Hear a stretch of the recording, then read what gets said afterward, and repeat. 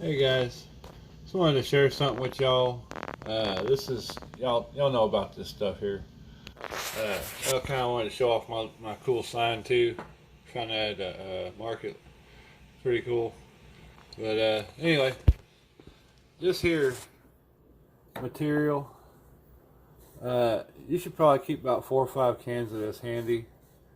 And it don't matter if it expires or not.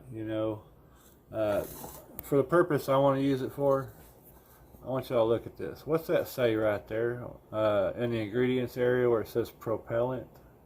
Y'all see that? Yeah. This here is a very good anesthesia in a can. If you gotta do some emergency surgery or dentistry in particular, just give the subject a couple shots of that and do what you gotta do and take care of them in an emergency, Anyway, I thought that might help somebody. Y'all have a good one.